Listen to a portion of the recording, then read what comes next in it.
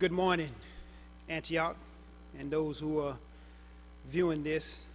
Um, this is our Sunday School review here at Antioch Baptist Church, Mount Meigs. My name is Houston Boggs, and I'll be covering this lesson this morning. First of all, the title of our lesson is Justice Prevails. It comes from Esther, the 7th chapter, verses 1 through 10, which actually encompass the entire chapter. But before we get started on today's lesson, I would like to give some background on this particular lesson before we get started. This lesson started with chapter 7, but we're gonna touch on the previous chapters 2 through 6 just briefly. This is about a 15-20 minute session that we're going to cover today. Esther was under God's favor from the start. If you look at chapter 2, Esther, who was a Jew, was chosen as queen. And normally that wouldn't happen for a Jew to be chosen as queen, but the favor of God was on Esther from the outset. And Esther was adopted by Mordecai, her uncle, who also was a Jew. And the favor of God was on him as well. If you go and you look at that same chapter, chapter 2, you'll see where Mordecai saved the king's life. He sat at the gate of the king's palace, and he overheard some of the king's eunuchs, those men who normally see after the king, work closely with the king. They wanted to do the king harm, and Mordecai overheard this.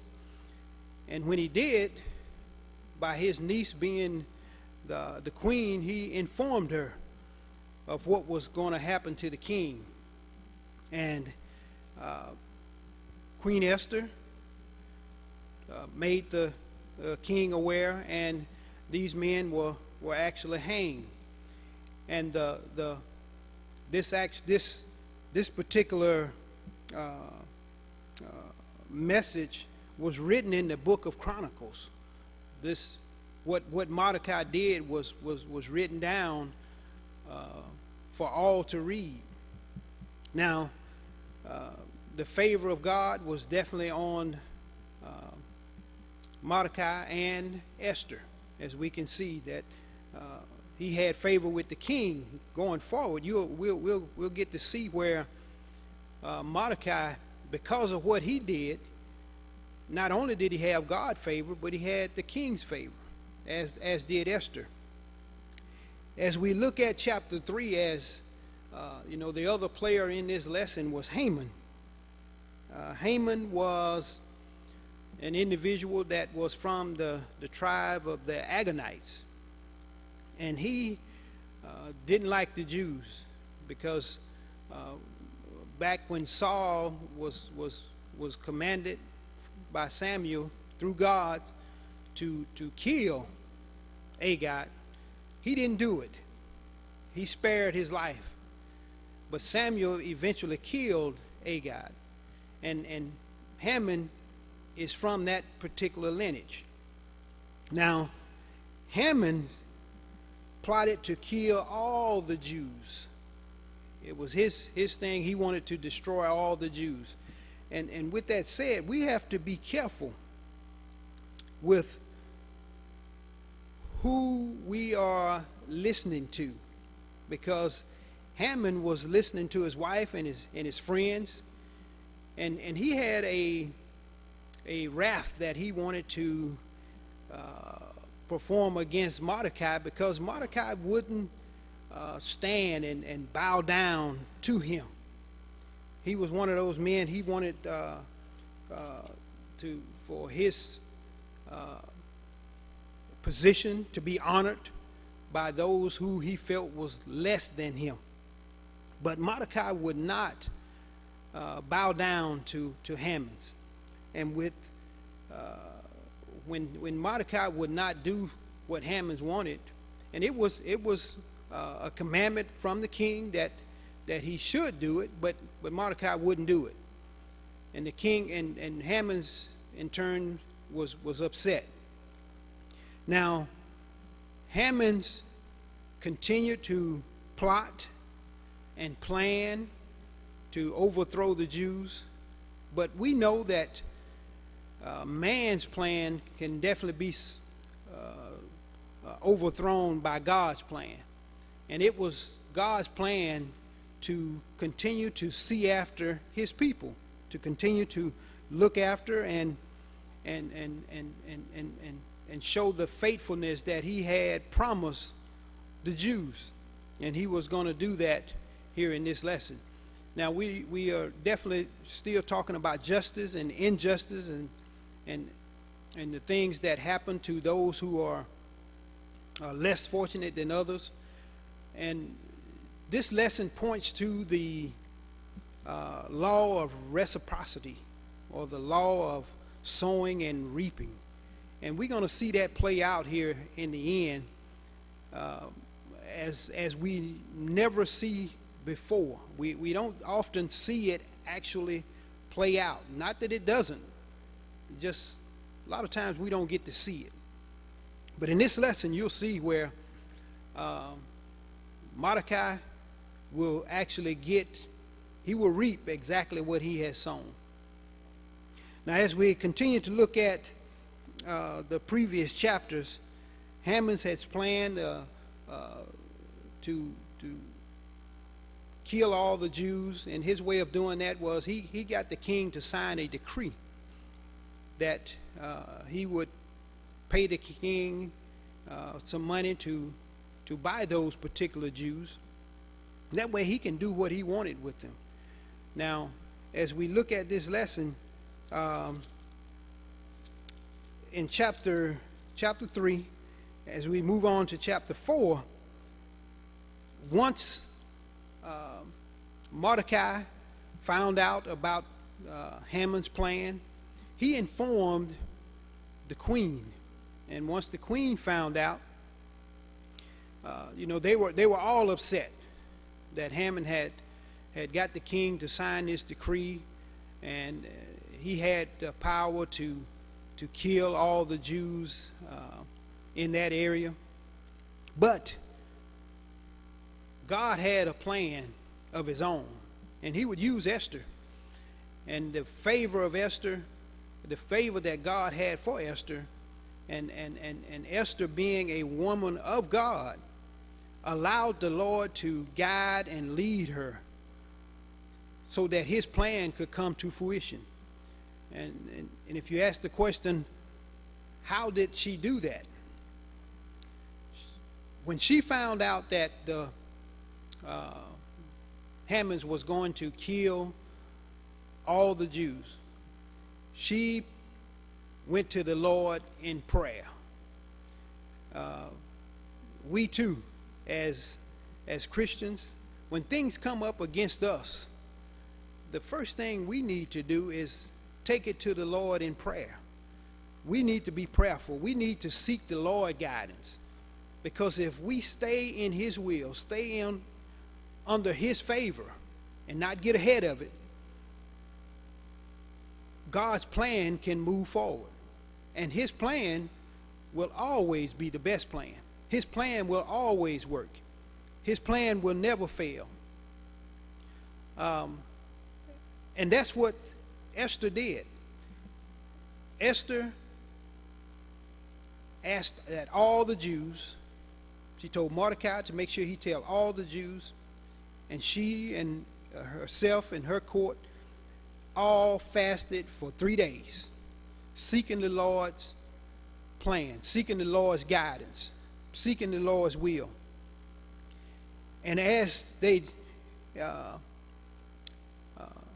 prayed to the Lord, on that the third day, Esther went to the king. And we all know that that passage that is listed in the 4th chapter. It talks about if I perish, I perish. And that's not a statement of hopelessness.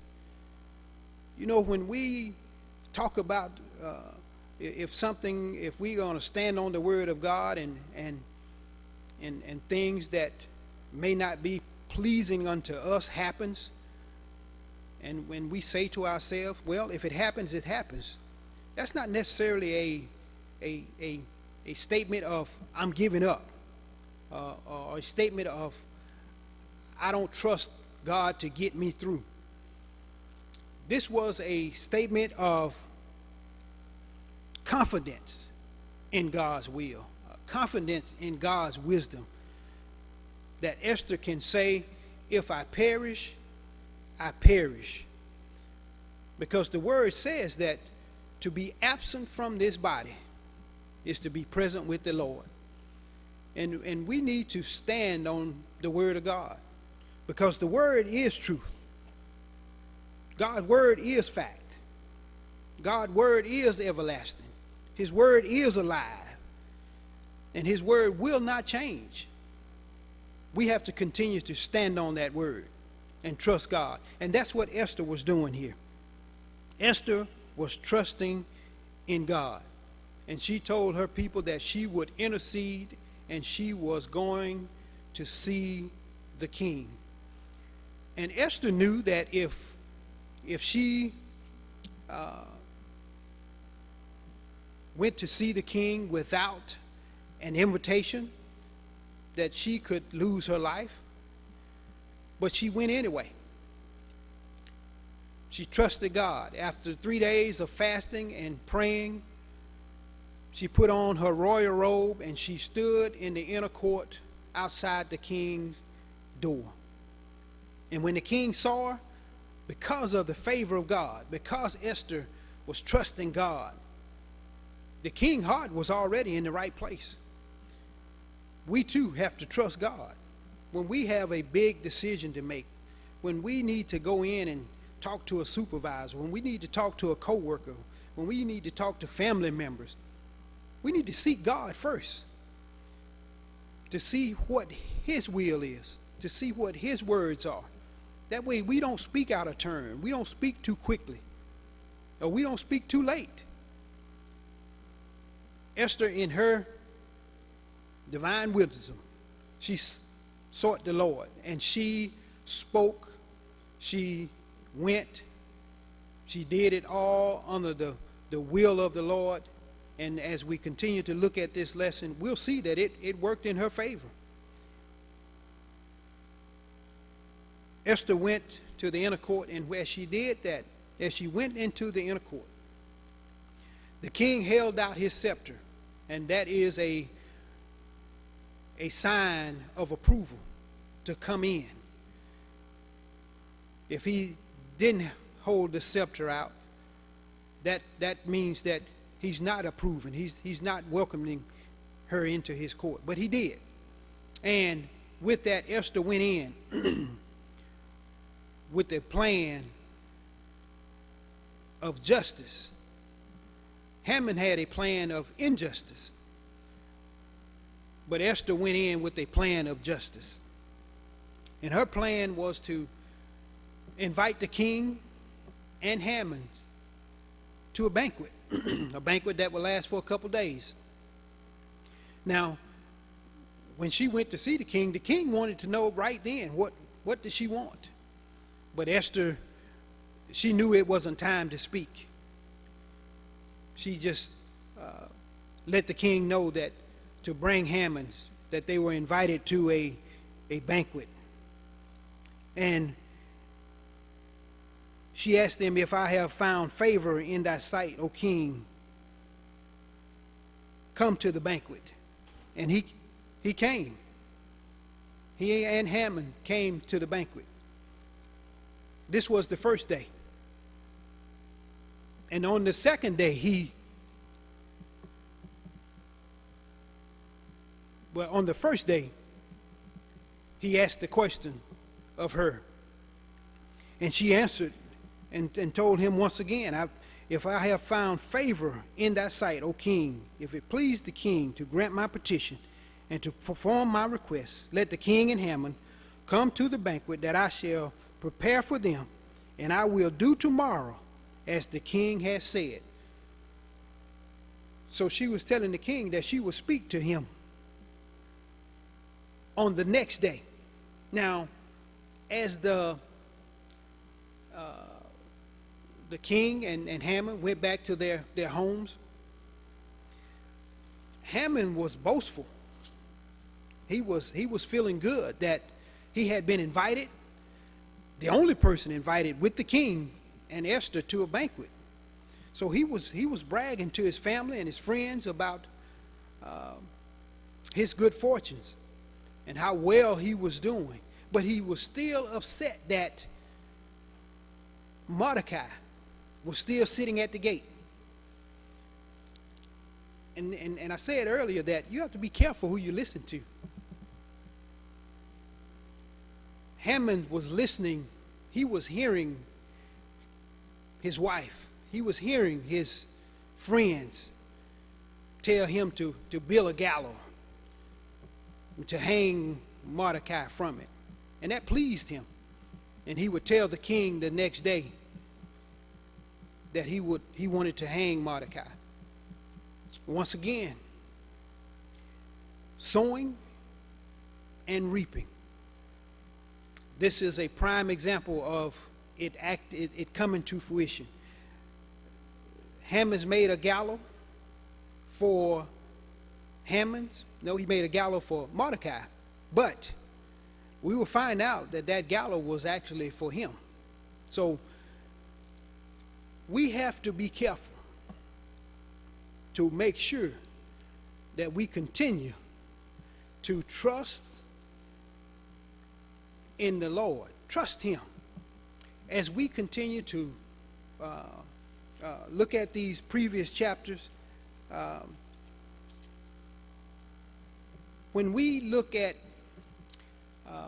right before the second day of Haman's and the king and Esther getting together for the second day of that banquet, the night before the second day, the king couldn't sleep. He was restless, couldn't sleep. So he asked some of his chamberlains to come in and read to him from the book of Chronicles. And that brought back to his mind that Mordecai had done something that saved his life. And he asked the question, what have we done for him? Have we done anything for this man? And the answer was no. But when the king started inquiring about this, the Haman's, in his prideness, in his self-absorbedness, he automatically thought that the king wanted to do something good for him. And he was the one who actually told the king what to do for this individual, because he thought he was speaking for himself. He thought he was going to be the one with the crown that the king wore on his head. He thought he was going to be the one with the king's robe on. He thought he was going to be one riding on the king's horse, not having a clue that it was Mordecai, the person that he wanted killed, the injustice that he wanted to portray upon the Jewish people. And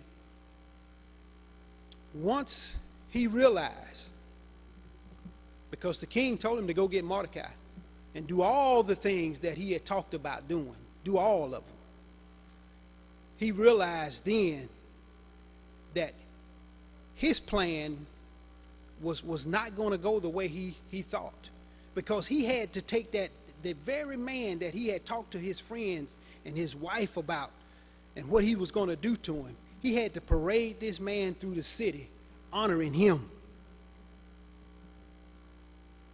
God say he'll make your enemy your footstool.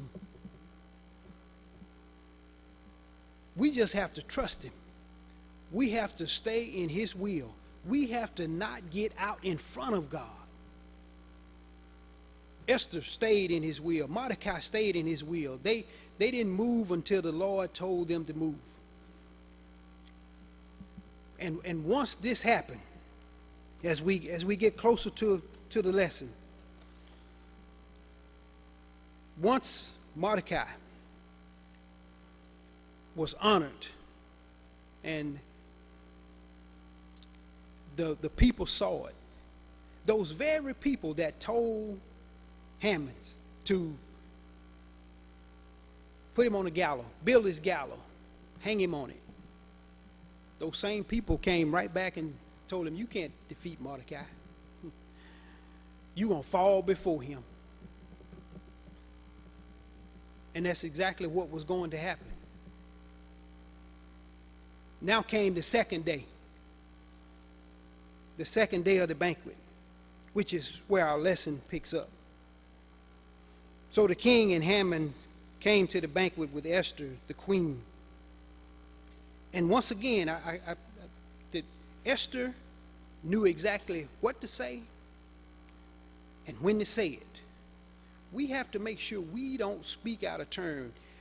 When we're trying to get justice, we can't just go on emotions.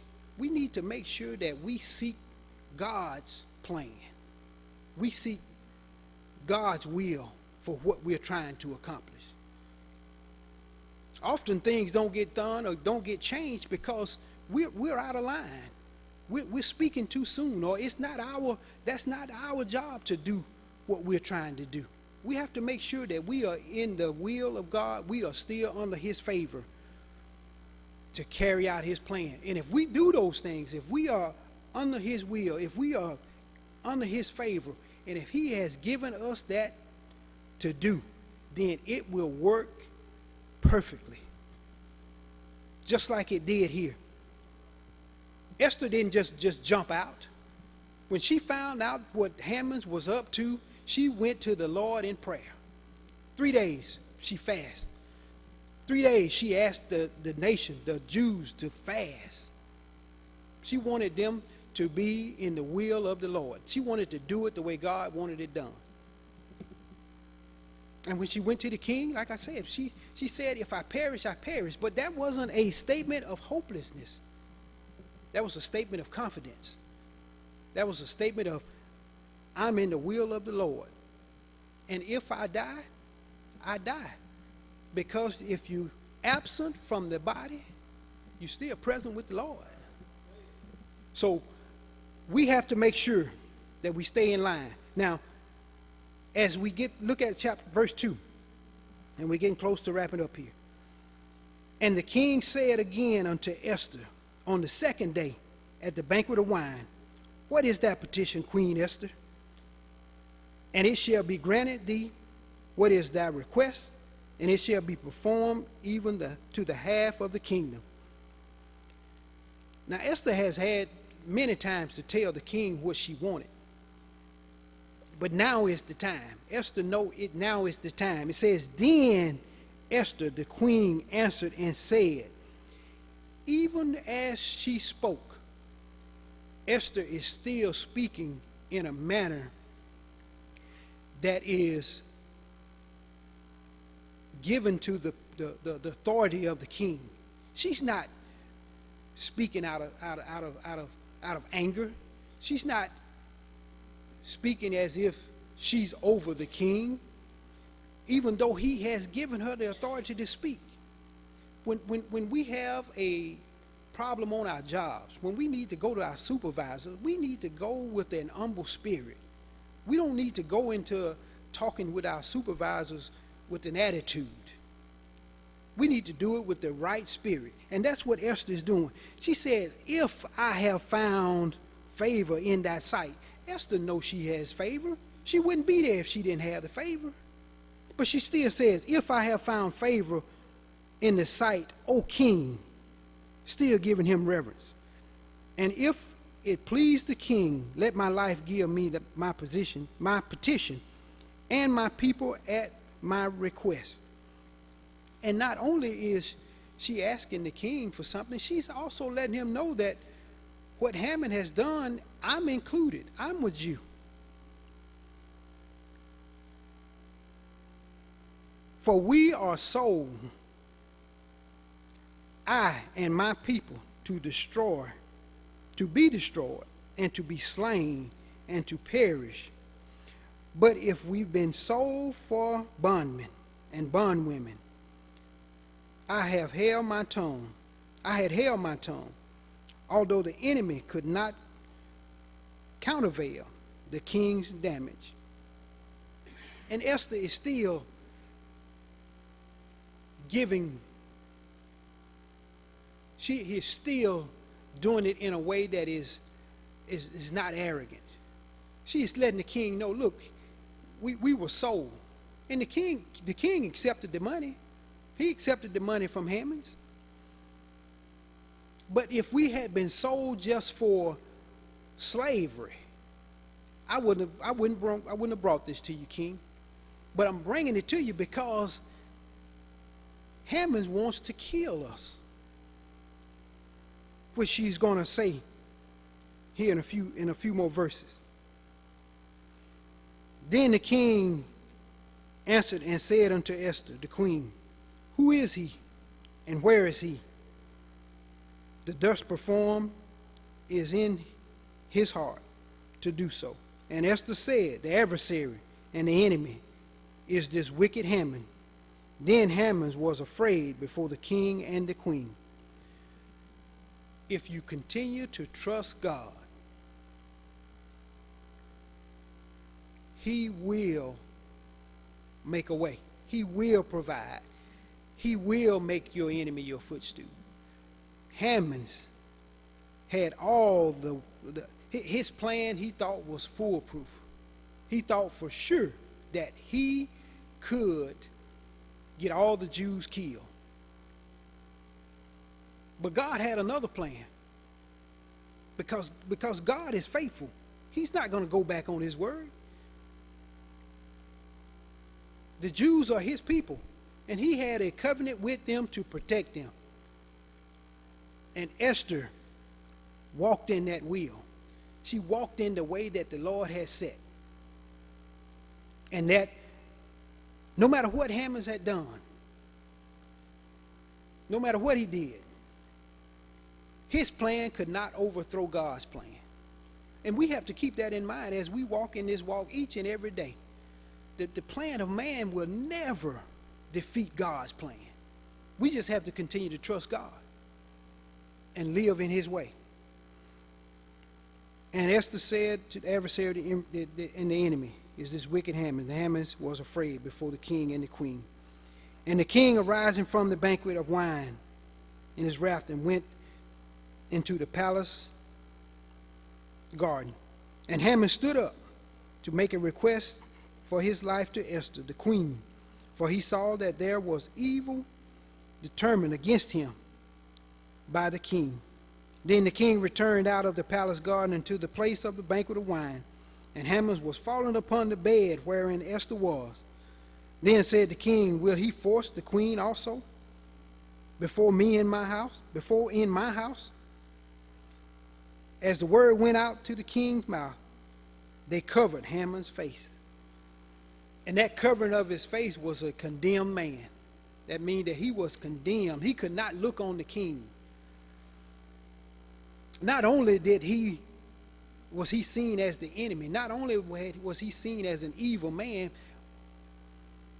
but he was seen as someone trying to take advantage of the king's wife right there in the king's house. How often do people try and work things against you, and it ended up backfiring? I know some of us have had it happen. Some of us can witness to that. The law of sowing and reaping. We see it. We don't often get to see it the way we see it today. And just because we don't see it, don't stop trusting the Lord. He didn't say we were going to see it all the time. He said it was going to happen, though. And it will happen. And this is just a look where we can actually see it and be a witness to it. The king, once the king returned, one of his chamberlains came in as well and said, because Haman had talked about this so, and it was out that he was going to kill Mordecai, and he was going to put him on a gallows that was in his home. This chamberlain, Harbanan, said before the king, behold also the gallows 50 cubits high, which Haman had made for Mordecai, who had spoken good of the king, standeth in the house of Haman. So Haman was out bragging about what he was going to do. If this was in his house, no one would know about it unless he was out talking about it. So he was telling people what he was going to do. Haman was feeling good about what he was doing. He thought he was in the king's corner. But Esther and Mordecai were in the true king's corner. We have to make sure that we are in the king's corner. And if we're in the king's corner, no matter what someone else's plan is for us, the true king's plan will always prevail. Justice prevail. The title of this lesson, justice prevail, and it will. Then the king said, hang him thereon. So they hang Haman on the gallows that he had prepared for Mordecai. Then was the king's wrath pacified.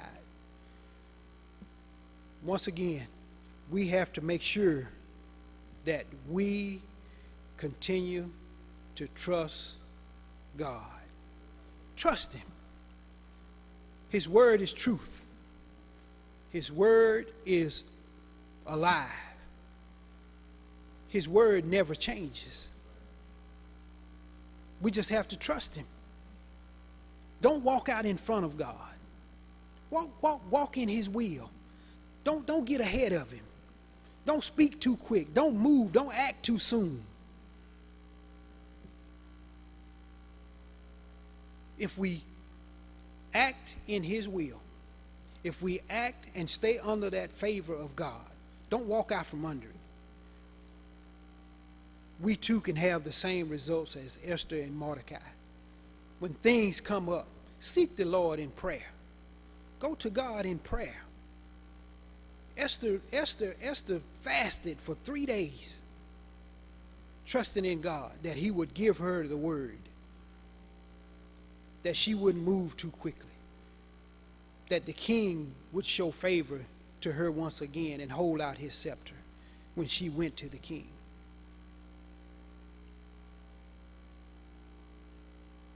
Our favor is there for us as well.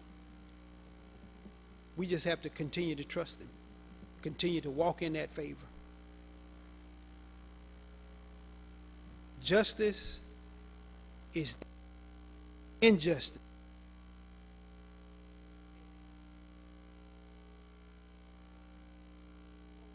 Some type of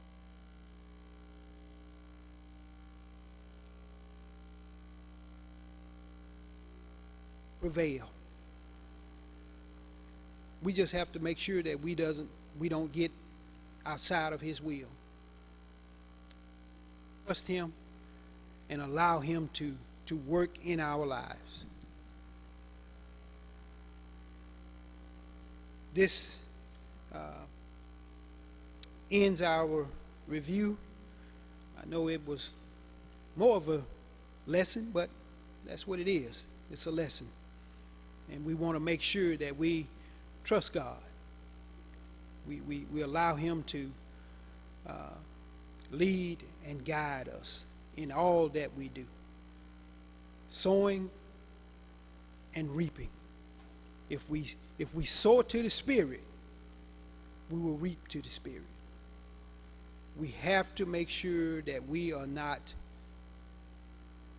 sowing discourse. Because that same discourse, that same evil that we put out, God said you're going to get that same back.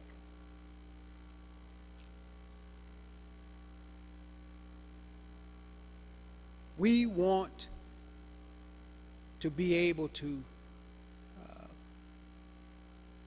say that we have that home in Christ Jesus. We want to sow those seeds that when we leave this body, there's no doubt that we're present with the Lord. And we're going to end